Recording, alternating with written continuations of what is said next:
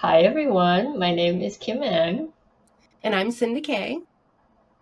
Welcome to our podcast, Superpower and Sidekick. Where we team with spirit to live a life beyond our imagination. Yes. That was one of the things we were going to talk about that we have not, is death and grieving and the afterlife and all of that kind of topics. Being a psychic medium, the most interesting thing I have found by communicating with those who have crossed over is that almost always their perception is completely different on the afterlife than what it was while they were here. And it's also one of the hardest things for their relatives or people that they knew for them to believe. Oh, well, I knew him. He would have never said that or felt that. Well, the thing is, while we're here, we have blinders on and we do not have perspective of ourselves or anybody else. And when we cross over, our whole perspective opens up. And all those blinders we had are gone. So we see the deal is we're sitting here trying to find these pattern recognitions while we're still sitting here in the physical. And a lot of times people don't get to that until they've crossed over. And the ego and our personality resides with the body and not with a multidimensional being that crosses over and keeps going. The only thing that we take with us when we cross over is the love that we shared while we were here. And that continues in the other realm. Those lines of love continue. So if people have messages and receive messages from those that are crossed over, it's because of that line of telepathy is still intact, because death doesn't sever that. So, do those spirits have the same attachments that we do when they cross over? Like Probably for not. us, like for us, we're still attached to the fact that we lost a loved one. I But don't know for if attached is the right word. Yes, some can. And it can actually create a problem where they become stuck and not cross over into the next realm. And they may actually get stuck in this physical realm, which is not where they should be. And that can happen through attachment to another person or to anything in this physical world. Most generally, there are enough loved ones on the other side of that rainbow bridge to help us through any of that and help us to cross over. And I've had some serious stuff in my life to show me that I know my uncle was sick, and I knew he was sick, but I thought he was in a completely different town. And I actually got a message from my dad that he was in Albuquerque. I'm like, and Dad, why would you be in Albuquerque? In my mind, to help someone cross over. Well, my mom was the only person I can think of. And well, it's like, okay, they were divorced for 30 years, 35 years, but I guess he's still going to help her. That's the only thought in my mind. I didn't know at that time that they had moved my uncle over to a new hospital in Albuquerque. And my father was there for him when he passed. I was having a talk with my aunt months and months afterwards, but it wasn't too long. And I shared with her my story, and it touched her. And I could tell it was extremely meaningful to her that my father had been there for her husband. They were brother and sister. And so this was her husband, not my dad's brother. But after I helped clean out her house after she passed, and we found altars set up to my father and my Uncle Hugh. So I knew she was saying, hey, please be there for me when I cross. Oh, I just chilled. She wanted to know that they were going to be it put her at her heart at ease, for one thing, because it was during the pandemic that her husband had succumbed to Alzheimer's, where it was just beyond, and he had to be institutionalized. Well, then couldn't even visit because of the pandemic and this kind of stuff.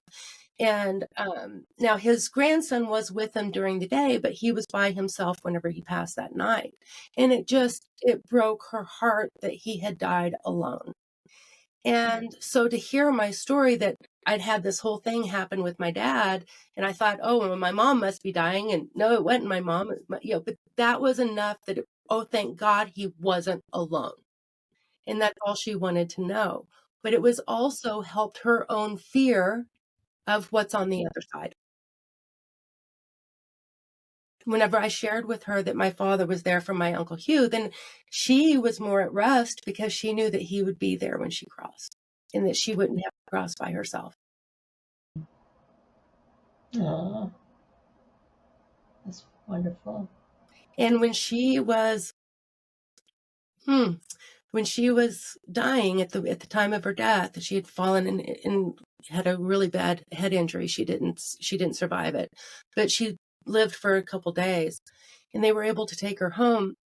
I was in my own house cleaning, and a huge clock that my father had bought my grandmother literally jumped off the wall and shattered in my living room floor. Not a few minutes later, my cousin texted me, she passed. Was that her letting you know? I think it was my dad Ah, or my grandmother, but letting me know that they were there for her. ah, oof. And I got all the crown chills and all that up here. Mm. One time we went to Hovenweep, Utah. I like to go to sacred ruins, old ruins from the Native Americans and all over the planet, the Aboriginals from all over the planet. But I had wanted to go for the equinox. I like to go on equinoxes and solstices because a lot of their architecture is aligned astrologic. How do you say that? Which word is that? Yeah, have astrological alignments. There we go. And I love to go to them. And I'd had this, so I just looked up, where's the closest equinox? And I purposely don't go in and research. I want to kind of learn it as we go.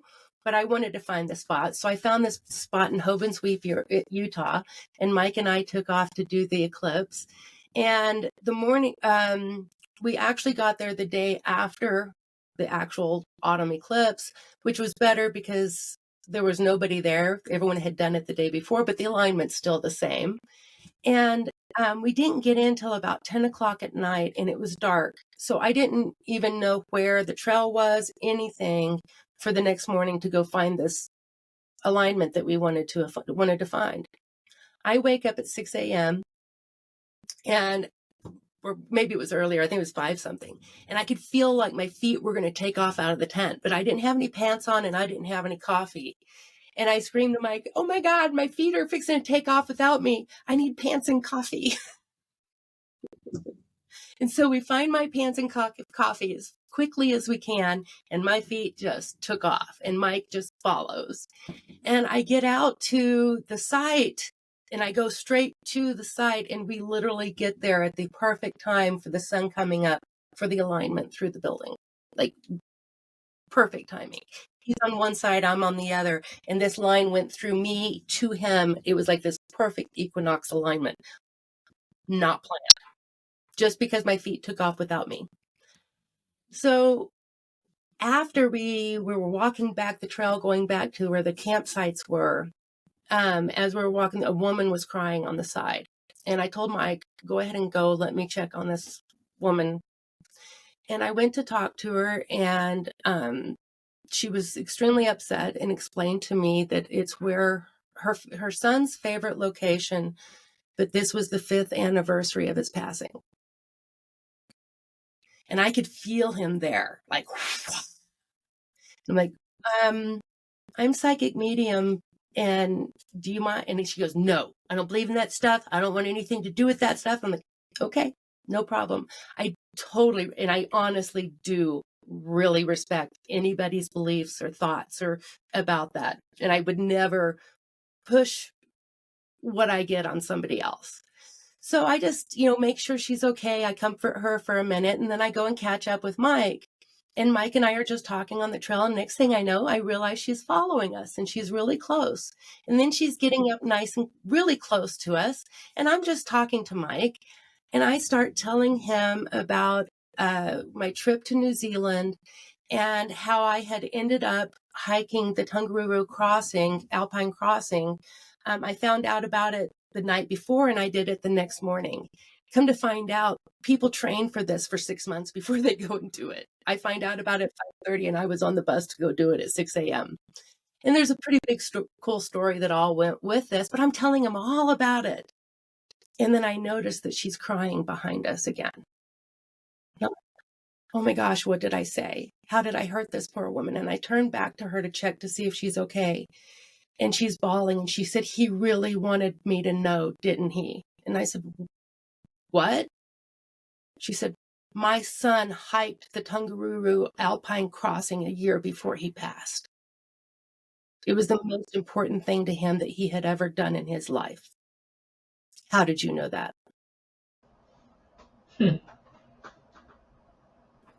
He was going to make sure she got the message if she wanted it or not. That life continued beyond.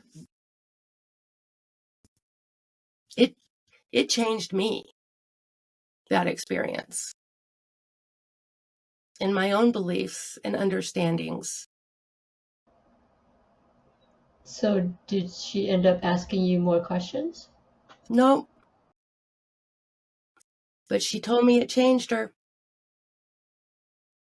She was still, but she could not deny what had happened and that she knew it was a message from him. I don't think she could have handled it. Was so much. And he used a memory of mine to help her. And that's just it. When they cross over, they can see all that. That's why perspective is weird. So how can you help someone who has a loved one who's passed and they're just full of grief, full of regret, perhaps? I think grief is important. And I think allowing people the space to feel whatever they feel is extremely important, regardless. And give someone that space to feel the feelings, because the feelings are bigger than them in that moment. If it continues on, one of the things is assurance that this isn't the end. And I think the main thing I do, a message I want everybody out there, is that the love continues to exist if the person does or not. And really assuring someone that that love continues, and that if anything has been left undone to leave regrets and these kind of things, you can still work it out with them after they've crossed. How do you do that? Communicate with them. Share your heart, share your true beliefs. They can hear you. If you realize their acknowledgement or not. But if there's something to do, especially in the realm of love or something felt undone, then express that love. Is that how the person who's still living would get closure in a way? By doing Well, that? that's what I'm saying. For the person that's still alive, Yeah. for them to act rather than try to suppress or, well, I can't love them, they're not here anymore. Actually, go ahead and love them like they were here. Actually, if a child runs away from home, you can sit there and love them. This was a technique we learned many years ago. You could sit there and love them for 2 minutes every day, and they will eventually come back. But when they do, you have to change yourself. That's kind of the same thing with those that have crossed over. You can spend that time every day and just loving them for 2 minutes a day until you no longer feel that unrequited love, that something was left undone. Yeah, because I feel like, I mean, I haven't had anyone close to me pass, but lately I've known like a handful of people. And the common theme is they're full of regret because they didn't do enough for their loved one, or something was left unsaid, or and they kind of blame themselves, and that guilt just lingers, and it's very hard. And it's actually still another stem from that we were talking about, that inner critic, that they're unworthy, they're not good enough, and now I'm to fault because this person died and I didn't express myself fully, or it's still along that same inner critic, inner dialogue that we've got to get a handle on. That is the biggest problem facing humanity, I think, is the inner critic and how much we beat the holy jeepers out of ourselves. What you're telling me is another symptom of someone who does not accept and love themselves. Yeah, I think that technique of just spending that moment every day and loving on that person who's passed really, I think that's really helpful. And again, if you're in that inner critic and you're doing yourself, also be sure and send yourself that black hole right here that we all have, 2 minutes a day. Same thing, same technique. Send that love. Sit in a rocking chair like you would with a 2-year-old that's having a bad moment, that didn't get their nap. And you're not going to yell at them because they didn't get their nap. You're going to do everything you can to create a comfortable, safe space so they can relax and fall asleep. We actually have to be able to learn how to do that for ourselves. And yes, we can absolutely do it for those that have crossed over too. And telepathy is real, and telepathy does work beyond this physical dimension. So I guess that's kind of similar to that Hawaiian prayer that The you taught me Ho'oponopono, about. Yeah. What is it called again? Ho'oponopono. And it's the self forgiveness. Everything that I did before I knew I was a bright, shining being of light, I forgive myself for it. And whenever we do it, it's actually an invocation. And it's like everybody who has had success with it comes with it. And you can feel them in the room with you, loving you. I can. That was my experience with it. But I find that with almost all mantra, that because I use a lot of mantra to help if I get something stuck on one of those critic tracks on my brain, that it's just like the dirt road that's got the rut in it. What I use mantra to pull myself out of that, and I just don't let my mind go on that track. So I'll use mantra, and Sanskrit mantras have a lot of the same type of energetic. You are doing invocation of a whole different frequency when you're doing it. Yeah. I remember when I started doing that and saying that prayer, it really helped me. Definitely. I think Ho'oponopono may have been one of the biggest tools that has helped me to come out of childhood trauma and to see myself in a different light than the one that I had been told I am, the false narrative. Brainwashing is real. And a lot of times we can be brainwashed and have no idea that we're brainwashed. In fact, most times. And it almost always has to actually do with our own viewpoints of ourselves.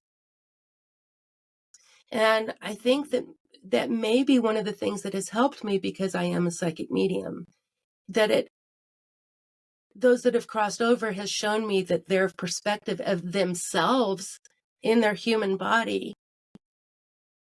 grew when they crossed over. They understood themselves better. They had more compassion for themselves, and only wished that they hadn't beat themselves up as much as they had in life, which is basically what's happening when people that you described, they just took the hammer and started using it on themselves. Well, that's very good advice, and I think that people who need to hear it hopefully we'll hear that and be able to find some kind of closure for themselves. Some kind of solace. Yeah. You know, most of the mistakes that we make because we didn't see something that later on we can see, and then we recognize that to be a mistake. That's the cool thing about our relatives or our loved ones or the people that we love that cross over. They get more information than what we're left with. So a lot of times they can see the mistake that caused the error rather than, blame game and all of that kind of stuff that happens in life. And another thing that they become privy to is that frequency of love. So they're going to know how much they were loved, regardless of what may have happened in life or not. Because the frequency of love stands alone. I almost didn't believe myself at first that I am a psychic medium. And I kind of went through the whole, I'm Delta Dawn delusional and this and that and the other thing. But when I sat down in session and a name popped out, and I was scared to death to say that name, but I finally overrode myself and I said it out loud. She goes, Cinda, that's her last name, and all of a sudden I became an evidential medium. And then I did it again and it was right. And I did it again and I did it again. And even if it's not right, a lot of times it'll find the right chord to start pulling it. And then you get to it. But the funny thing is, it's like they went out of their way to convince me. And it worked. I'm fully convinced now. I was actually leery of doing mediumship in the first place because several different reasons. One is I do think there's a lot of charlatans that have used it for nefarious reasons, and it's given it an actual bad name. I do think there has been some of that. Some of it is I didn't believe, who am I to know something like that? Not realizing we all are antennas. Any of us can pick it up. So there was that inner critic that kept me from believing it. And about 10 other things. But what has actually come to me, and it's because of those that have crossed over that can feel the pain of their loved one, and that's why they come to me for help. One of the things that I did for my own ethics is I will not conjure any spirit. That's not a part of what I do. I've chose that's not what I do in my work. And what I have realized is the people that I channel are the ones that naturally step forward because they want to be heard in order to help the loved one on the other side that's still here. So I'm perfectly happy to interpret for those souls so they can reach their loved one. And I've found that almost everybody who wishes to have a mediumship session is because one of their loved one is with them trying to contact. Mm. But they're unaware of it. Or almost always they're aware of it, but they don't trust themselves because we've been taught and brainwashed to not trust ourselves, especially if it comes to an invisible multidimensional world. So at least coming to me, they know I believe that the multidimensional exists. And, I think one of my biggest jobs is actually, I call myself Cinda the Good Witch of the Southwest, is you've got it all along. Now you just have to trust your own knowing. Because so often when I do mediumship work, it's actually a confirmation on what they already felt. But it helps it to override that inner critic in them beating the crap out of themselves. That's good. That's exactly what I wanted to hear. Good. And, who else is going to love us and be on our side and want us to succeed other than our ancestors? So why not team up with them? That's part of what I talk about whenever I talk about teaming up with spirit. It includes our ancestors that have our best interest at heart. We want to work with a team that wants the best for us. Mm-hmm. That's the most important part of it. And it's almost like they can see the opportunities way before you get to them and can help steer you and guide you along the way. I've had it happen. I'm fixing to go car shopping, and I had a whole thing the other day, and I think my dad is wanting to go play with me at the car lots. That was something we did love doing in life. And when I realized, oh, we are gonna get a pretty good amount back from the insurance, and I will be able to get a new vehicle. Because I'd actually gotten a message 3 days before we heard from the lawyer, and I was like, when am I going to be shopping for a car? I can't afford a car right now. And then I realized, oh, I guess I can. I'm going to be able to. And I know my dad could see that ahead of me and was already giving me indications. And he was a car guy. We loved cars together. So I think that's going to be fun. Yeah, for sure. Oh, that's beautiful. Fascinating. Really fascinating. Well, when we go into the multidimensional, that's when everything becomes possible. That's really nice because I I have always wondered about like what happens at the moment of death when we cross over. Like how does that happen and all that. So you kind of explained it pretty well. There's a whole multidimensional world that we are not accessing through these physical eyes. My grandmother and Mike's grandmother were 3 weeks apart from birth, and then they both broke their wrist 3 weeks apart, their hip 3 weeks apart. It was weird coincidences. These two women never met each other. One lived in St. Louis, one lived in Clovis, New Mexico.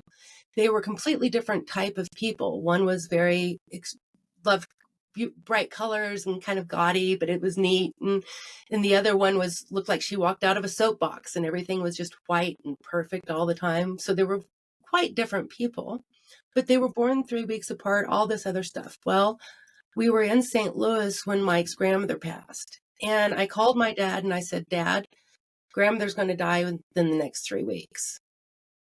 Well, she died 3 weeks to the day after Mike's grandma. I know it. But one of the coolest things that happened, we moved them both into assisted care living almost at the same time, like 3 weeks apart. And then they both fell and broke their hip like 3 weeks apart and ended up in a nursing home. And then they both lived in that nursing home till almost the same time. It was kind of freaky, honestly. But one thing that both of them were doing, because I visited with both of them when they were still alive towards the end, they were talking about seeing the little people.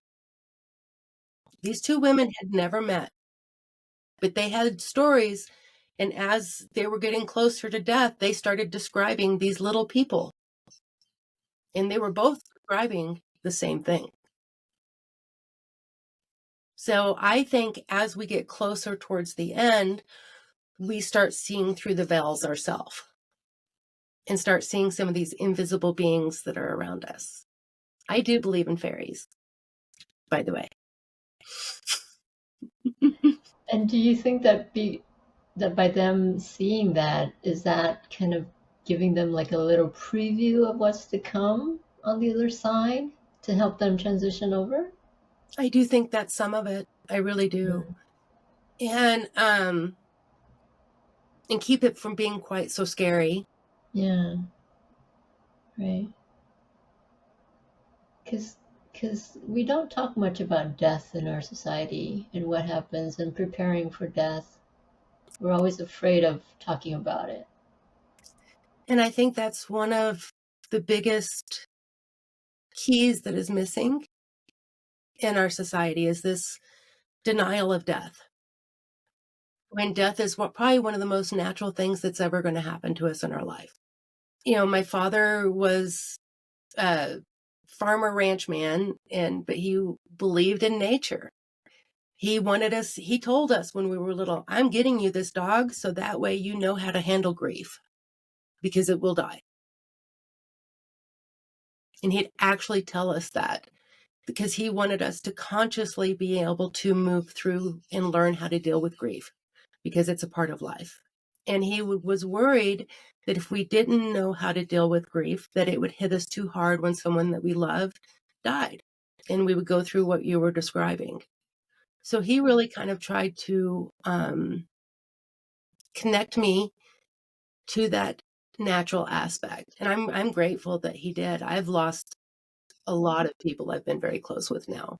I was a meth addict in my teenager years, and I've lost, before I was fully adult, I think I had lost like 45 friends because of meth addiction. And a lot of them was actually suicides from, again, meth addiction. So, but not just that. I lost my closest cousin that was more like a sister to me when I was 27. And that was probably one of the biggest spiritual things that showed me that life continues after we're gone.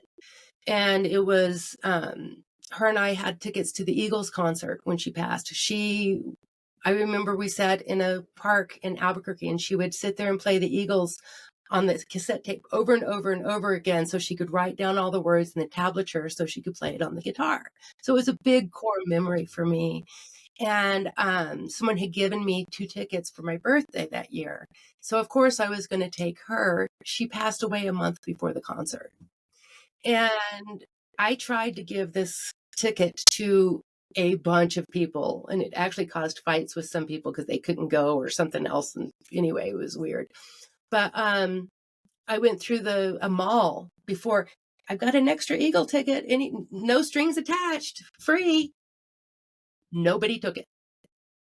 So I'm sitting there at the concert, and it wasn't until the first, when they leave and you come back, encore, there it is.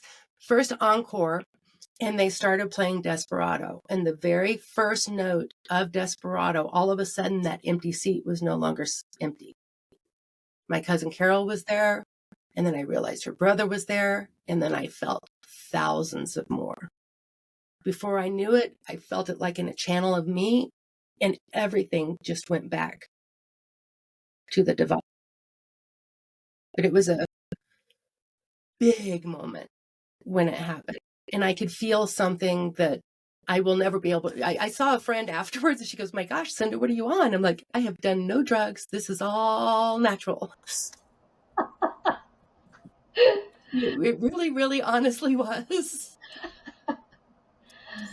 But that's also right before I started traveling the world and going to a lot of sites that had a lot of wandering souls.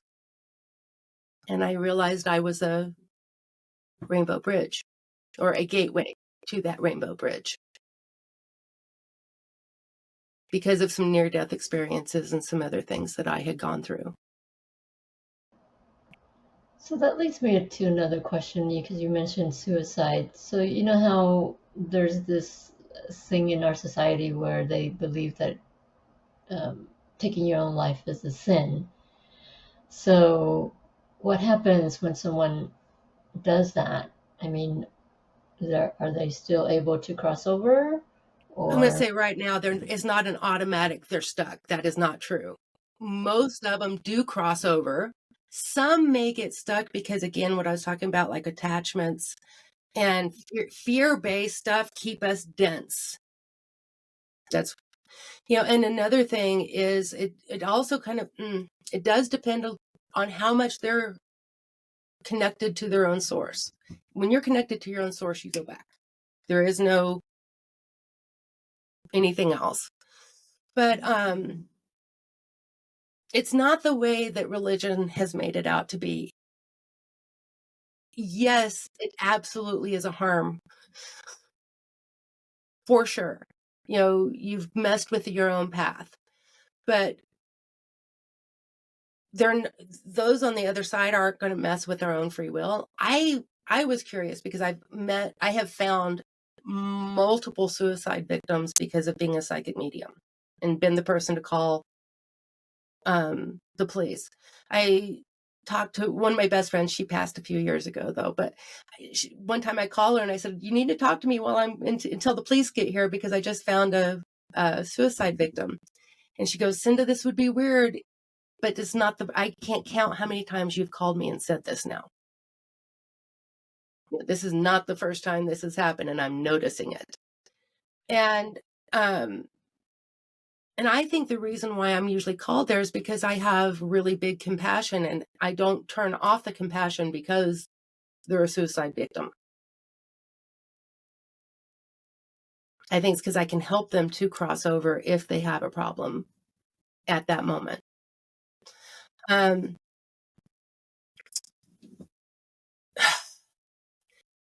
Almost always, I have found that it's hard to describe, but a lot of suicide victims are actually victims of spiritual attachments that have talked them into doing what they do to themselves.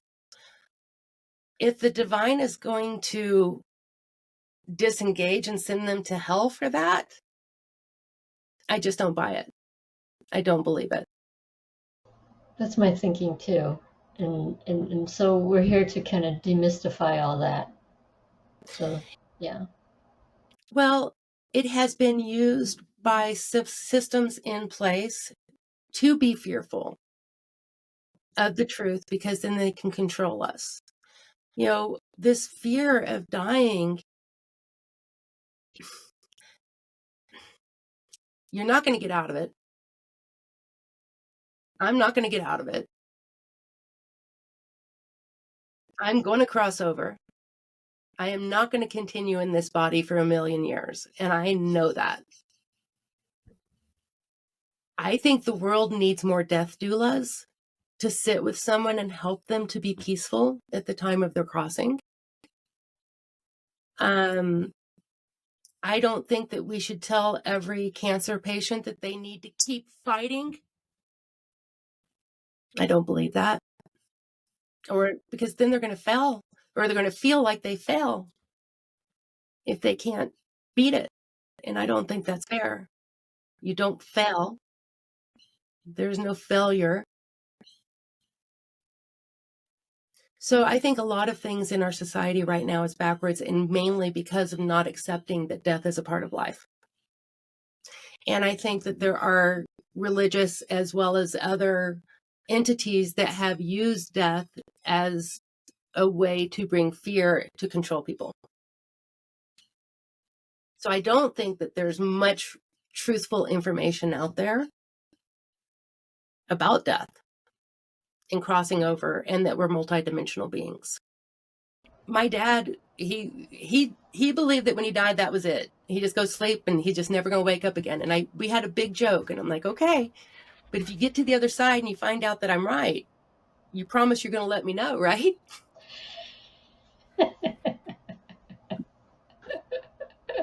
And he's actually gone out of his way more than once playing with me. Okay, you're right. I was wrong. Sorry.